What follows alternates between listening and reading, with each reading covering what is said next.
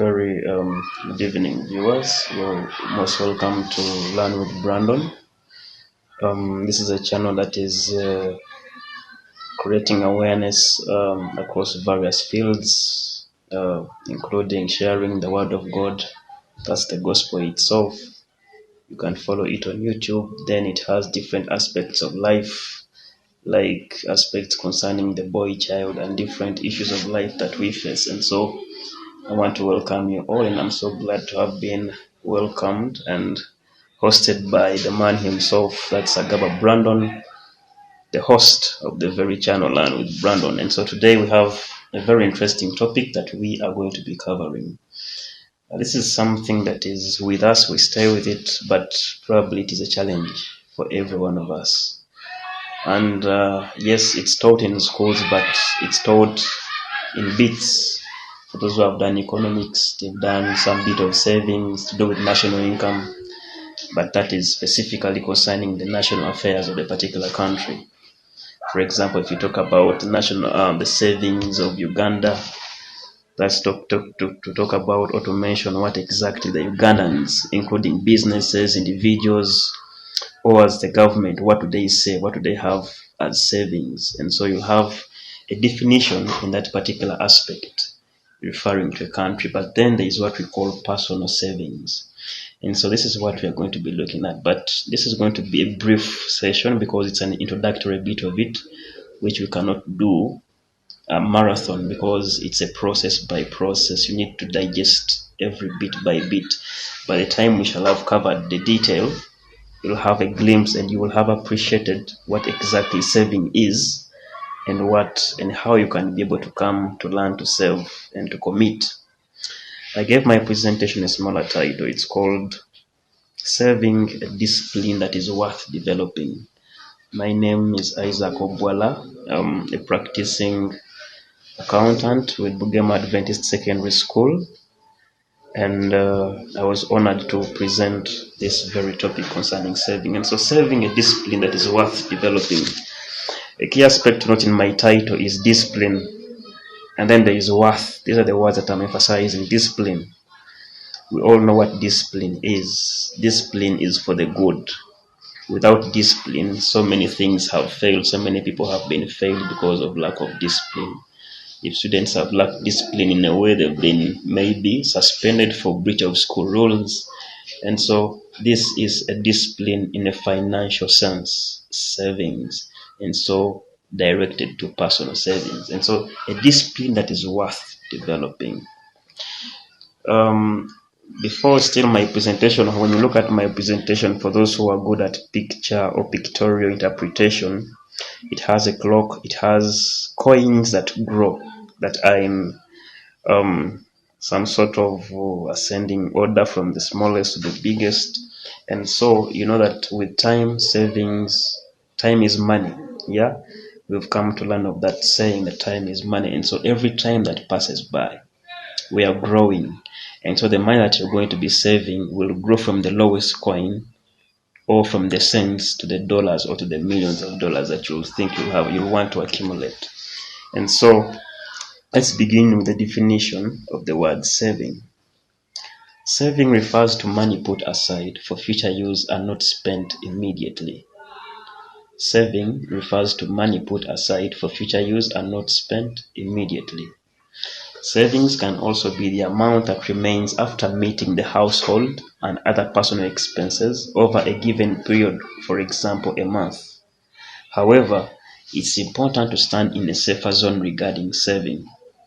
This zone is one where you save before spending. In other words, the definition of saving is telling us of that bit that you put aside. A quick mathematic explanation would be saving being equal to income minus consumption. In other words, you've gotten the money you've accumulated from whatever sources that you do, whether it's an employment job, you've been working, at the end of the month, you're given your money, then that's your income.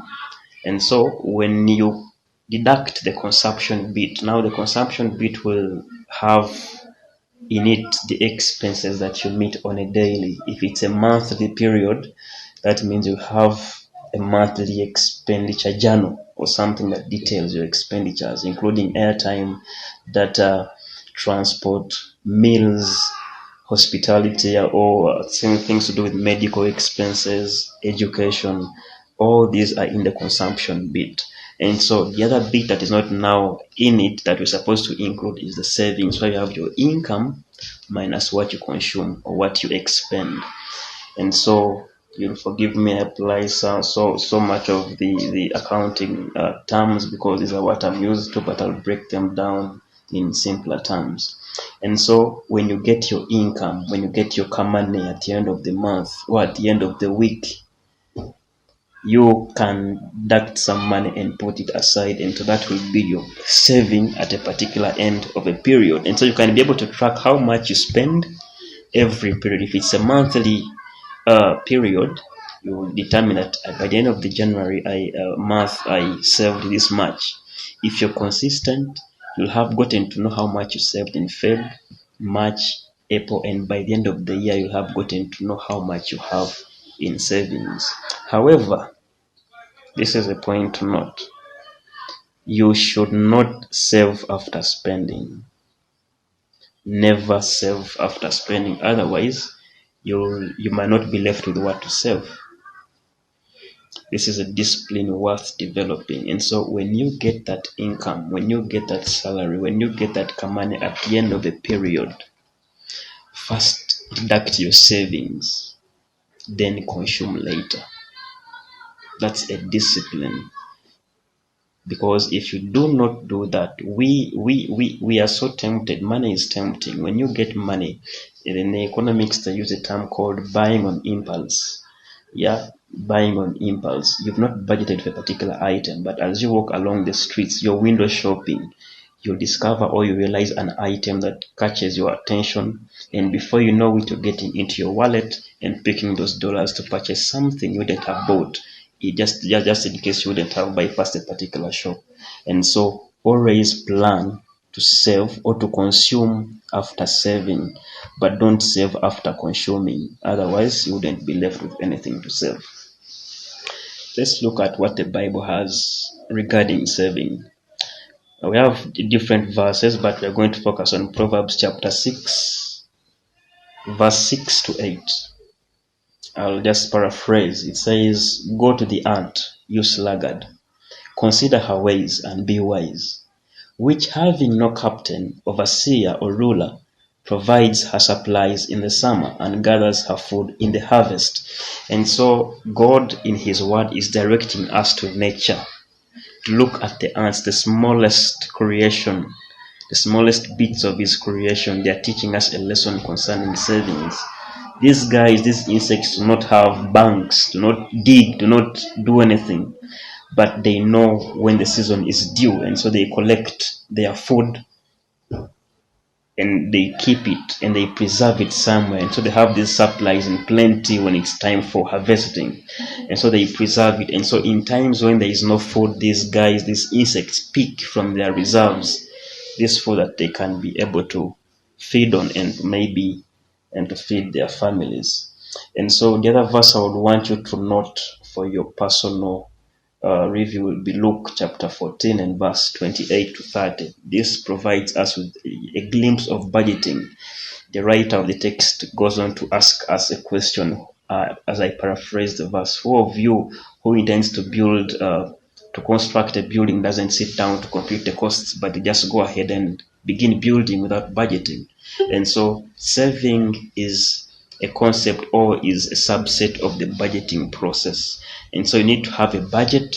This budget will include how much you earn or how much income you bring into your wallets, and then that which you spend your income on as expenses. And so when you have a deduction, you do your quick maths, you'll have either a saving or you'll have overspended. You'll have overdrawn your account.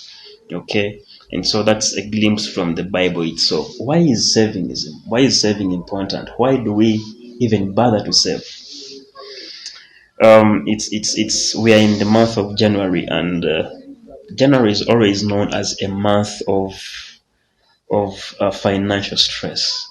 because one, we are from the festive seasons of December, and then in that very period a lot has been spent in terms of finances. And so by the time we get to January, we are so stressed financially, and we tend to make a call here and there, someone to lend you some money, all that, because we've not planned, we've not saved. That is enough to take us through. However, by December, we know January is coming, but still we get to January having spent everything that we earned in December, simply because we didn't save. And so why is saving important? Saving offers you a peace of mind, knowing that you have an accumulated amount aside, relieving you of financial stress in case of any emergencies. It gives you a peace of mind because you already know your reserves are in plenty, and so you're not going to be stressed. You want food, the store is open, get food from the store. You want something to, maybe for medical expenses, go to the store, open the store, get the medical. And so if you have no something in store, you're going to be stressed. And so the other bit of saving, why it's important, it gives you a better future since your goals will be met. For example, those who want to buy and own a car, you want to construct a house, you want to go on a vacation, you want to further your education, probably you've done a diploma, you want to further it to a degree, a master's, a doctorate, name it, among others. It's surprising that this time of vacation comes in. The vacation bit is seen amongst the Western people or the Europeans, because these people plan their vacation. These vacations do not fall on them abrupt, they are planned for, they are part of the budget. And so this is one aspect I want we to also adopt. And the vacation is a break from work. Work without play makes Isaac a dull boy. And so if I do not plan my vacation, if I do not plan my outings, if I don't plan these things that give me a break from the work stress, then I'll have financial stress itself because I didn't plan it in my budget, and so I didn't save for it. But if I plan for my finances, that means in my budget, I have a budget for vacation, or at the end of the month, or at the end of a quarter, at the end of the year. Maybe I want to go to Dubai at the end of the year. That means every month I should be saving a percentage of my income towards that, so that by the time I'm set to go to Dubai, I do not tamper with any other sources of food or medical, but I just go to the envelope of vacation, I pick my money from there, and then I fund the vacation expenses. And so the other bit of savings, why it's important, is you can have money working for you only if those savings are invested. And so it's one thing to save money, but it's another thing to accumulate your savings with the savings that you've already made. And so when you have your savings accumulating, invest them. What do I mean by investment or investing? Get that money, put it in a venture. It can be a business, it can be something small, a project that at the end of the day will be giving you monies every other day or week. And so you in other words, you have uh, a wider source of income, and so you can be able to tap into different sources. And once these sources grow and they are bigger, they are going to be accumulated and saved very well, and so you're going to have a very, very bigger investment, and before you know it all, money will be working for you. You'll have no financial stress because of the savings you already made are already making money for you through investments. And so you can add other benefits, but this is just a glimpse of what the saving aspect is all about. Do not forget to save immediately you get your income. Avoid saving after spending.